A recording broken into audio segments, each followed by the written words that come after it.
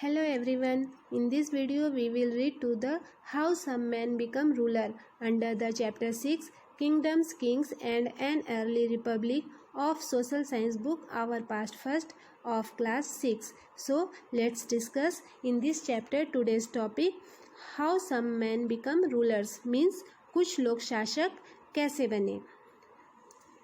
Choosing leaders or rulers by voting is something that has become common during the last 50 years or so.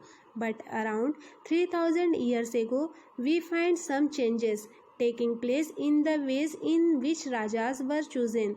Some men now become recognized as Rajas by performing very big sacrifices. The Ashwamedha or horse sacrifice was one such ritual. A horse was let loose to wander freely and it was guarded by the Raja's men. If the horse wandered into the kingdoms of other Rajas and they stopped it, they had to fight.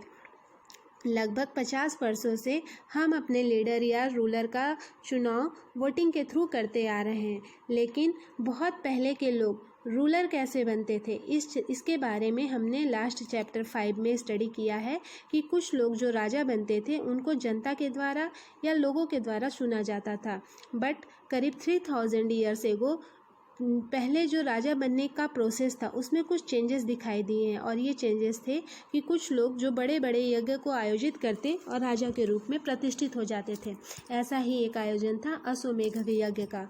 इस अश्वमेघ यज्ञ कराने वाले राजा क्या करते थे कि एक घोड़े को राजा के लोगों की देखरेख में फ्री घूमने के लिए छोड़ दिया जाता था और इस घोड़े को किसी दूसरे राज्य में और ये जो घोड़ा था घूमते घूमते किसी दूसरे राजा के राज्य में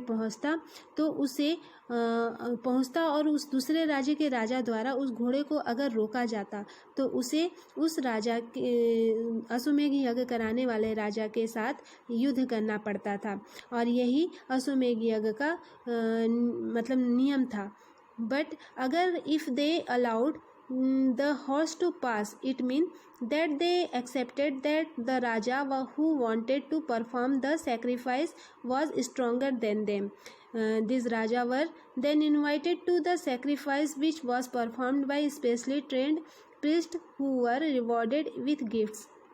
बट अगर वो राजा लड़ाई करने के बजाय उस घोड़े को छोड़ देता है या जाने देता है तो इसका मतलब यह होता था कि अश्वमेघ यज्ञ करने वाला राजा उनसे ज़्यादा शक्तिशाली था और इसके बाद उन राजाओं को यज्ञ में आमंत्रित किया जाता था और यह जो यज्ञ था यह विशिष्ट पुरोहितों के द्वारा ही संपन्न किया जाता था और इसके लिए उन्हें उपहार से भी सम्मानित किया जाता था. The raja who organised the sacrifice was recognised as being very powerful and all those who came brought gift for him. The raja was a central figure in this ritual. He often had a special seat, a throne or a tiger skin. और जैसे कि मैंने बताया कि जो यज्ञ कराते थे वो विशिष्ट पुरोहितों के द्वारा होता था और इसके लिए उन पुरोहितों को सम्मान से उपहार से भी सम्मानित किया जाता था और अश्वमेघ यज्ञ करने वाला राजा को बहुत शक्तिशाली माना जाता था और यज्ञ में आमंत्रित सभी राजा उसके लिए उपहार लाते थे और इन सभी आयोजनों में राजा जो होता था वो उसका मुख्य स्थान होता था और उसे राज सिंहासन या बाघ की खाल के एक विशेष आसन पर बिठाया जाता था.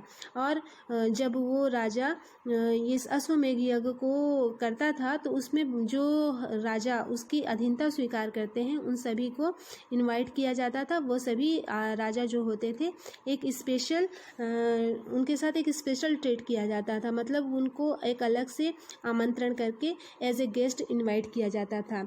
His charioteer who was his companion in the battlefield and witnessed his exploits chanted tales of his glory.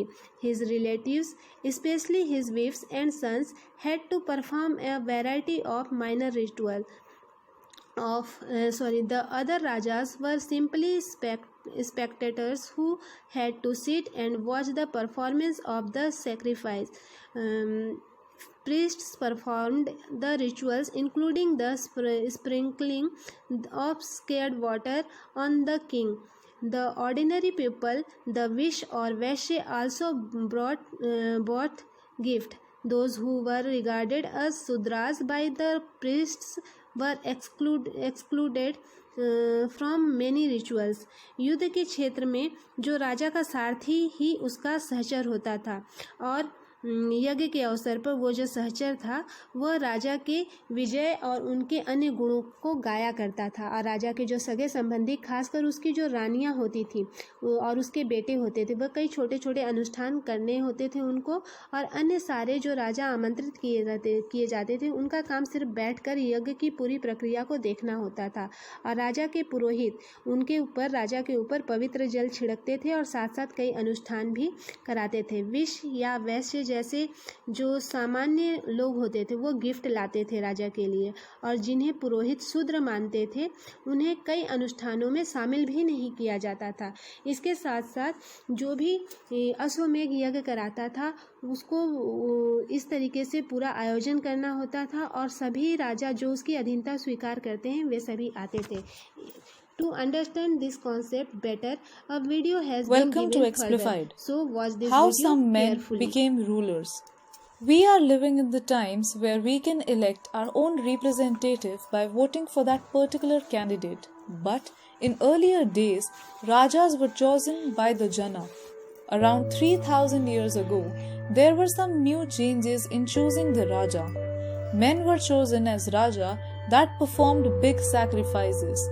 One such ritual was the Ashwamedha or horse sacrifice. A horse was released to wander freely and it was guarded by the Raja's men. If that horse was stopped in one of the other Raja's kingdom, they had to fight it. If it was allowed to pass, it meant that other Rajas accepted the Raja who wanted to perform the sacrifice. These Rajas were invited to the sacrifice, which was performed by trained priests. These priests were later rewarded with gifts. Rajas that came to the sacrifice brought gifts for the powerful one. This Raja was the center of attraction. He used to sit on a big throne with tiger skin on it. The companion of the Raja, the charioteer, chanted tales of his glory. Wives and sons of Raja performed small rituals. Other guests, including Rajas, ordinary people, watched the performance of sacrifice. Shudras were excluded from these kinds of rituals.